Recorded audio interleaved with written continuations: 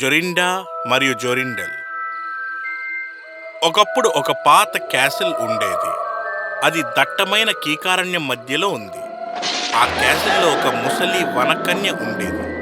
ఈ వనకన్య తను కోరుకున్న రూపాన్ని ధరించగలదు. గుడ్లగూబ రూపంలో ఎగరగలదు, లేదా పిల్లిలా మెల్లగా నడవగలదు. కానీ రాత్రి ఆమె తన ముసలి అవ్వ రూపానికి మళ్ళీ వచ్చేస్తుంది. నేను ఎలా కోరుకుంటే అలా మారి ముడతలు తెల్ల జుట్టు నుండి బయటపడగలను. కానీ ఆమె చెయ్యలేదు. ఆమె ఎప్పుడూ ముసలి అవ్వలా తన క్యాజల్ని పాలిస్తోంది.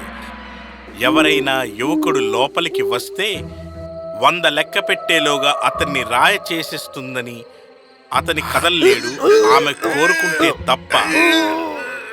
ఓ ముసలి ఫేరీ, దయచేసి నన్ను వదిలేయి. నన్ను ముసలి అనకు. మళ్ళీ వెనక్కి తిరిగి రానని మాటిస్తే నిన్ను వదిలేస్తాను. నన్ను క్షమించు. ఇక్కడికి మళ్ళీ రానని నేను మాటిస్తున్నాను నీకు. కానీ ఆ చోటికి ఎవరైనా ఆడపిల్ల వస్తే కనుక వాళ్ళని ఒక పక్షిలా మార్చేసి పంజరంలో పెట్టి తాళం వేసేది. ఆ క్యాసిల్లో 700 పంజరాలు వేలాడుతున్నాయి.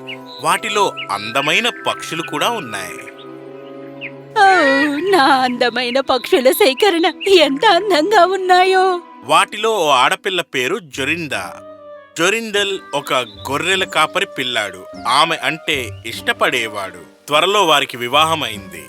ఓ, ఈ అడవి ఎంత అందంగా ఉంది, ప్రశాంతంగా ఉంది. అవును ప్రియా, అందంగా ఉన్నాయి. కానీ మనం జాగ్రత్తగా ఉండాలి. మనం క్యాసిల్ కు దగ్గరగా వెళ్ళకూడదు. ఆ ముసలి ఫేరీ అంటే భయపడుతున్నావా? జొరిందా అడవిలోకి పరిగెత్తింది. జొరిండెల్ని ఏడిపించడానికి వారు కొండ చివరికి చేరుకున్నారు. ఒక అందమైన సాయంత్రం. అస్తమిస్తున్న సూర్యుడు, సంధ్యాకిరణాలు దట్టమైన అడవిలోని చెట్లు పొడవైన కాండాలపై పడుతున్నాయి. పొడవైన రావి చెట్టు వద్ద తాబేళ్లు, పావురాలు పాడుతున్నాయి. ఇది స్వర్గం కాక మరి ఏమిటో చెప్పు. జోరిందా స్వచ్ఛమైన గాలిని పీల్చుకుంటూ కింద కూర్చుంది. ఇద్దరూ బాధగా ఇలా ఉండిపోయారు. జోరిండల్, నాకెందుకు సరిగా అనిపించడం లేదు. నాకు కూడా నిన్ను పోగొట్టుకుంటానేమో అని నాకు అనిపిస్తోంది. పద, మనం ఇంటికి వెళ్ళిపోదాం. ఏ వైపు నుండి ఇంటికి వెళ్లాలో అని చుట్టూ చూశారు. వారు దారి తప్పిపోయారు. వెళ్లవలసిన మార్గం తెలియడం లేదు. అయ్యో ప్రియా, మనం దారి తప్పాం. సూర్యాస్తమానం కానుంది. జోరిండెల్ ఉన్నట్టుండి అతని వెనకాల చూసింది. వాళ్ళిద్దరూ ఒక పాత క్యాజల్ గోడలకు అతి దగ్గరగా తెలియకుండానే కూర్చుని ఉన్నారని గుర్తించింది. వాళ్ళు భయపడ్డారు. ఇది నా జోరిండా గొంతు. ఒక పావురం విల్లో స్ప్రేలో ఉంది. పాట పాడింది, రోజు బావుండాలి, రోజు బావుండాలి. అన్న ప్రియ సఖి దురదృష్టానికి ఏడవసాగాడు. ఆమె పాట ఆగిపోయింది. జొరిండెల్ ఆమె వైపు చూశాడు. ఆమె ఒక కోయిల్లా మారిపోయింది. ఒక గుడ్లగూబ పెద్ద కళ్ళు వేసుకొని వారి ముందు ఎగిరింది. 3 సార్లు అరిచింది.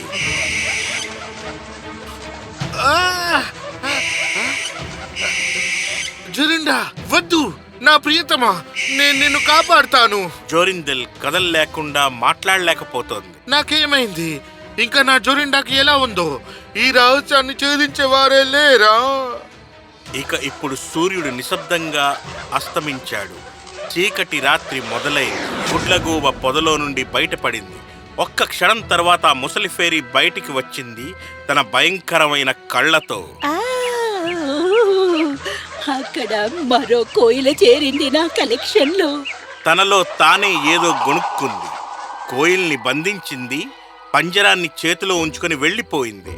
పాపం జొరిండెల్ పక్షిని చూడ్డానికి కూడా లేదు. కొంతసేపటి తర్వాత ఫేరీ వెనక్కి వచ్చింది, తన బంగారు గొంతుతో పాడుతూ. ఖైదీ వేగంగా ఉన్నందున ఆమె ముగింపు రచించబడింది. అక్కడే ఆగు, అక్కడే ఆగు, చుట్టూ ఆకర్షణ ఉంది, నా ఎదుట తల వంచాలి. అకస్మాత్తుగా జొరిండెల్ స్వేచ్ఛ పొందినట్లు తెలుసుకుంది. ఆ ఫైరీ ఎదురుగా మోకాళ్లపై పడ్డాడు. తన ప్రియమైన జొరిందాని తిరిగి తనకిచ్చేయమని ప్రార్థించాడు. ఓ, ధన్యవాదాలు ముసలి ఫేరీ.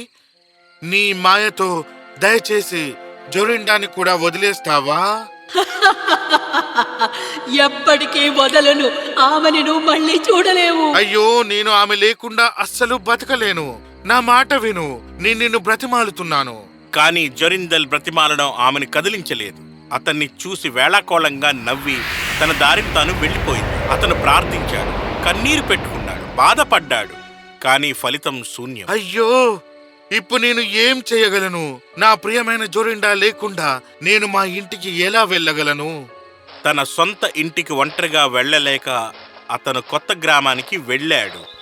తన్ని తాను గొర్రెల కాపరిగా పరిచయం చేసుకున్నాడు.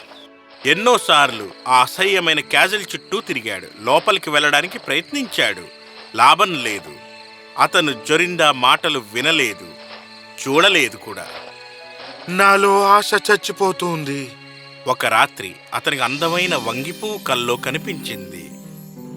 దాని మధ్యలో విలువైన ముత్యం ఉంది. ఆ పువ్వుని కోసినట్టుగా కల వచ్చింది. దాన్ని చేతిలో పట్టుకొని క్యాజల్లోకి ప్రవేశించినట్టు దానితో బంధింపబడ్డ వారిని అందరినీ తాకాడు. అలా తన జొరిందాను మళ్లీ పొందాడు. ఆ ముసలిఫేరి ఆ ముత్యాన్ని చూసి భయపడింది. ఉదయం మెళుకు రాగానే అతనిలో ఆశ చిగురించింది. ఈ కళకు తప్పక ఏదో అర్థం ఉండే ఉంటుంది. బహుశా నేను నా జొరిండాని కనుగొనగలనేమో. అలా అతను కొండపైకి వెళ్ళి ఆ అందమైన పువ్వు కోసం చూశాడు. 8 రోజులు కష్టపడి వెతికాడు, దొరకలేదు. కానీ 9వ రోజు అతను ఆ అందమైన వంగ పువ్వుని కనుగొన్నాడు.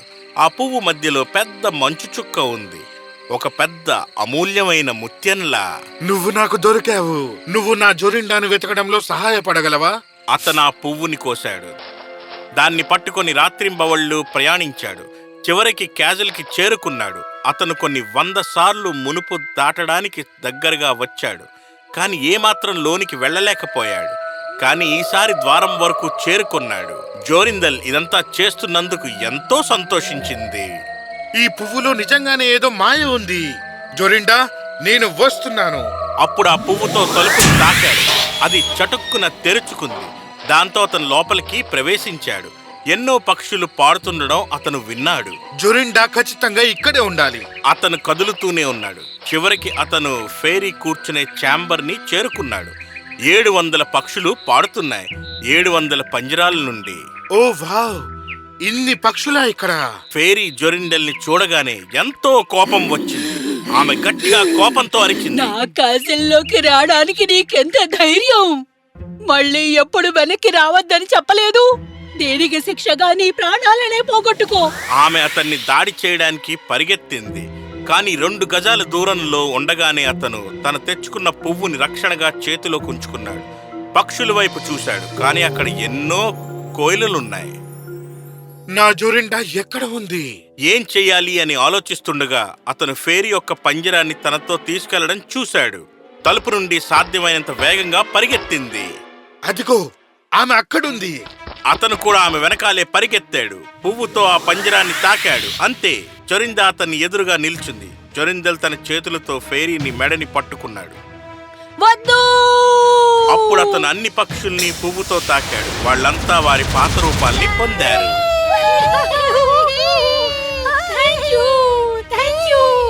మాకు స్వేచ్ఛ వచ్చింది. వద్దు వద్దు వద్దు, నా పక్షుల కలెక్షన్ వద్దు. సరిగ్గా అప్పుడే జొరిండల్ ఆ ముసలి ఫేరీపై మంచు చుక్కని చల్లాడు. వారు ఆశ్చర్యపోయారు. ఆమె కూడా కోయిలుగా మారిపోయింది. జొరిండా వెంటనే ఒక పంజరాన్ని అందుకొని ఆ కోయిల్ని అందులో బంధించాడు. నీ పని అయిపోయింది ముసలి ఫేరీ. పద వెళదాం జొరిండా, మన ఇంటికి వెళదాం. అలా అతను జొరిండాని ఇంటికి తీసుకుని వెళ్ళాడు. వారు వివాహం చేసుకున్నారు. సంతోషంగా కలిసి జీవించారు. ఎంతో మంది అమ్మాయిలకు బలవంతంగా పంజరంలో బంధింపబడ్డ వారికి ఎంతో మంచి చేశాడు.